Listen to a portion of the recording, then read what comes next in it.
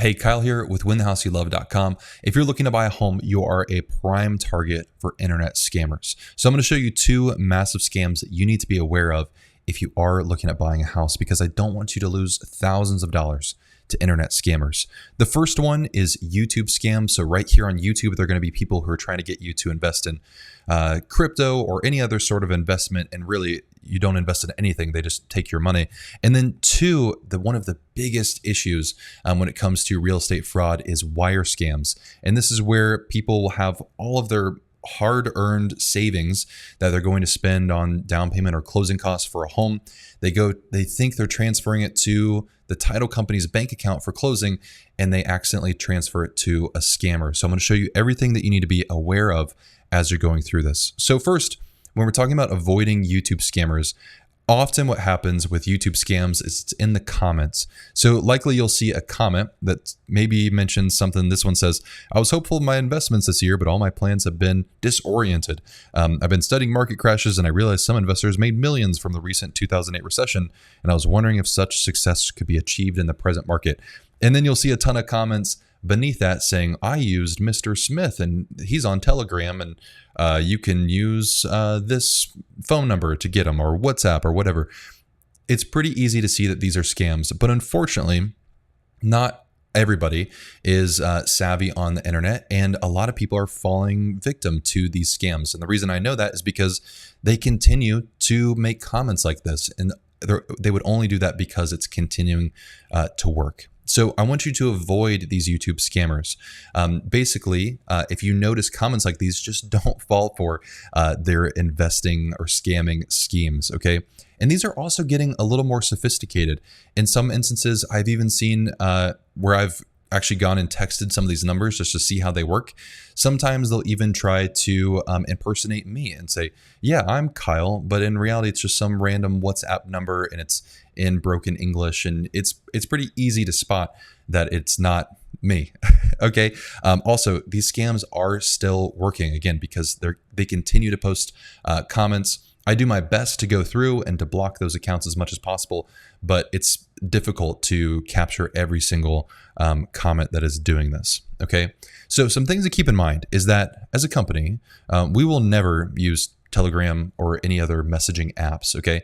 Our loan officers on our team may text you if you ever have a question of, hey, is this the right person I'm talking to? You can always send me an email and I can help you verify that. But again, we're never going to use Telegram or messaging apps. We're never going to suggest buying cryptocurrency. Okay. Even though I personally have some cryptocurrency that I invest in, but this channel is not about cryptocurrency. I'm never going to try to, on the side, say, you should invest in this coin and try to get your money that way. That's something that we will never do. We also never reach out to you asking you to invest. All we do is mortgage loans. Okay, we're never going to say that we have any sort of investment product for you. Again, because what these scammers are doing is they're trying to convince you that there's an investment, either in crypto or some other investment, and then they're actually just going to take your money. Okay, so I don't want that to happen to you. Now, one note here is that often people are hesitant or cautious when they have to pay things up front for buying a home. Because often when you're buying a home, your down payment and closing costs, you don't actually have to pay until the very end when you're signing to purchase your home. There are a couple exceptions though, that being things like the home appraisal. Your home appraisal actually has to be paid for upfront. The appraiser has to be paid for before they go out to the property and inspect it. Also, if you're having a home inspection, that's often paid for upfront as well. And if you're putting earnest money down on your purchase contract, that's going to have to be paid for upfront as well. So I just want to make that note because usually scammers are going to try to say you need to spend some sort of money up front for this investment. And that's just not something that happens with buying a home, again, unless it's the appraisal, home inspection, or earnest money deposit. Now, wire scams are a huge issue, and you can lose thousands of dollars that you might not be able to get back. And there are plenty of stories of home buyers who have said, we wired $30,000, $50,000, $100,000 because we thought it was going towards our down payment and closing costs. We thought we sent it to the title company, but we sent it to a scammer and they weren't able to get that money back.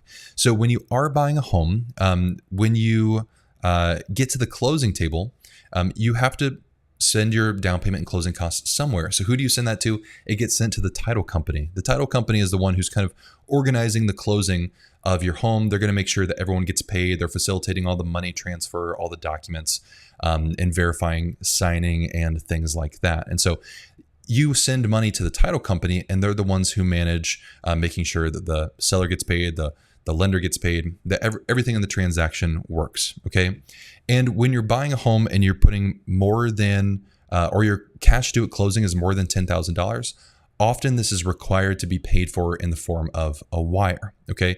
So when we're using wires, there is always the risk of wire fraud that you need to be aware of. So here's how wire fraud works.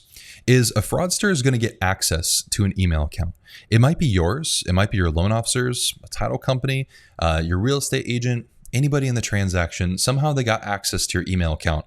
And this could be through something as basic as like a phishing email where they tricked maybe you or a real estate agent into signing into what they thought was their account, but is actually a fake website to take their password. From there, what's going to happen is a scammer is going to monitor that email. They're going to see, okay, maybe they get into your real estate agent's email because those are prime targets, or a title company agent's email, because they know that they handle wire instructions all the time. And so they might monitor that email, waiting to see when closing is going to happen. And then near the end of the process, what they're going to do is they're going to send an email acting like somebody in the transaction change the wire instructions. Okay. And it might say something like urgent new instructions for wiring your closing funds.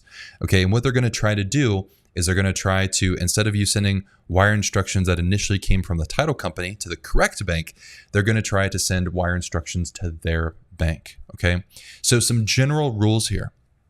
Wire instructions rarely ever change. I've never seen wire instructions change. Usually title companies only have one bank account that they have for receiving incoming wires for purchasing homes.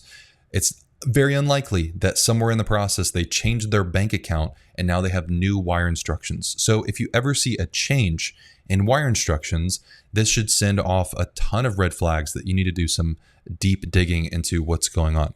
Also, never rely on emails that purport to change wire instructions, okay? You don't want to just say, okay, wire instructions changed and I'm going to send it there. Again, you need to dig deeper into verifying and making sure that the wire instructions are correct. All right. Also, do not use the phone number provided in the email containing the wire instructions. All right. So if you get an email saying, here's the wire instructions, I don't want you to call the number at the bottom to verify that that's correct.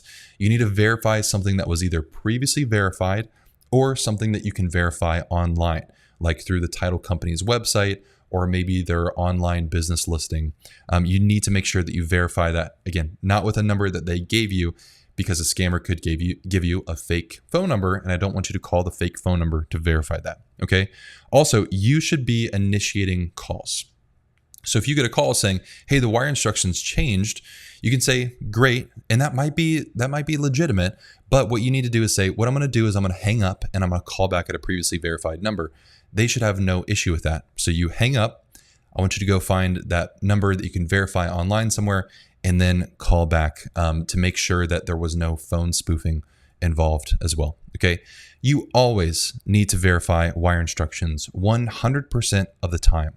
So what you need to do is you need to call the title company at an independently verified number or physically go to your title company's office. So what you can do is maybe you get your title instructions and they came from the wire instructions, and you get them from the title company, or maybe even your loan officer sends you a set of wire instructions on behalf of the title company. What you're going to do is go online, find an independently verified number for the title company, call them and say, hey, I got wire instructions. I want to verify that these are correct with you. And they should have no problem with that. You could, if you're nearby, also walk into the title company's office, say, hey, I got this email here for wire instructions. Can we right now just confirm that these are correct? That way you have that peace of mind knowing that the wire instructions are correct and you've verified them with a real person.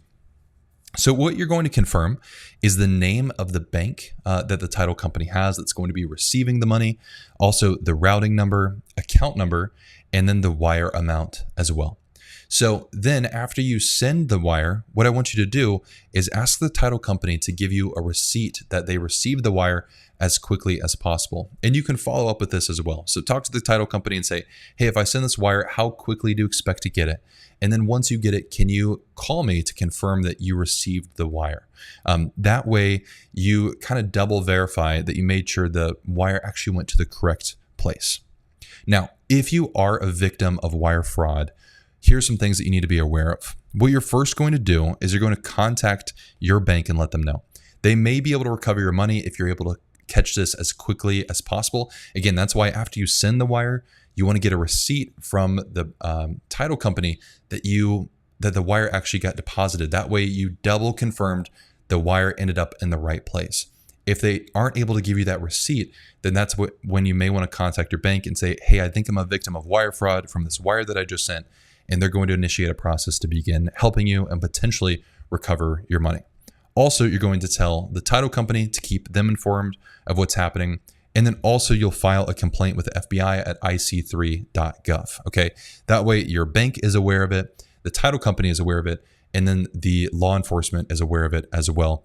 So everybody can begin working on potentially recovering this wire if possible. So these scams can be easily avoided if you're just mindful and slow down a little bit, begin to see, okay, what am I actually receiving? Is this accurate? And is this from something that was previously verified?